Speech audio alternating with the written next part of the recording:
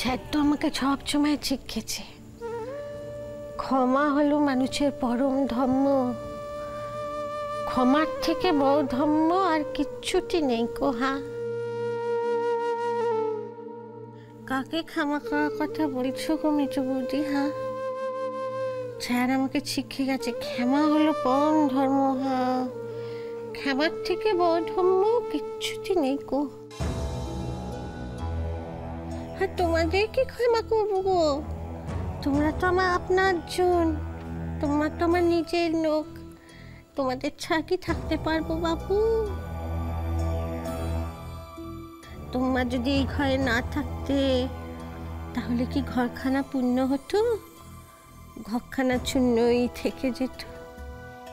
বাবা ছাড়া জীবন কত ছপন দেখেছে, আমরা সবাই মিলে একসাথে থাকবো, কত কষ্ট করেছে মা সংসারখানাকে বুকে করে ধরে রাখার জন্য।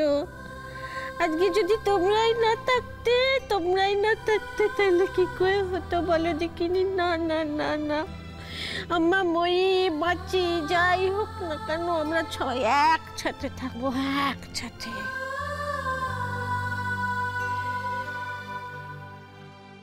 খালি বাবু তোমাদের কাছে একটাই কথা,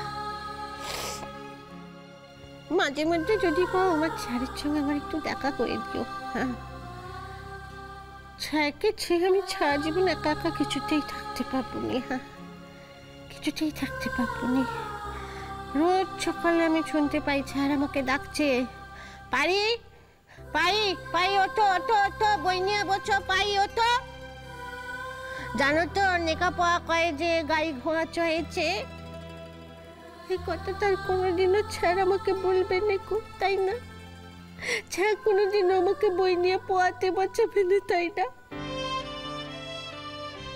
আমি তো কত দুঃখ করেছি বাবু, যখনই স্যার আমাকে বই নিয়ে লেখাপড়া করতে বসাতো তখনই আমি স্যারকে ছুটি বলে ছুটি করে দিতাম। ও স্যার আর এমন ধা কবুনি বিচ্ছেদ কও, আমি সত্যি করছি, সত্যি সত্যি সত্যি। তুমি আরেকবার আমাকে লেখাপড়া শেখাতে এসো স্যার, আমি যতই গন্ডমুখ হই না কেন আমি একটু একটু করে ঠিক লেখাপড়া শিখে নেবো, ঠিক শিক্ষিত হয়ে যাবো। তুমি বিশ্বাস করো, তুমি আমাকে আর শেখাবে না স্যার, তুমি শেখাবে না।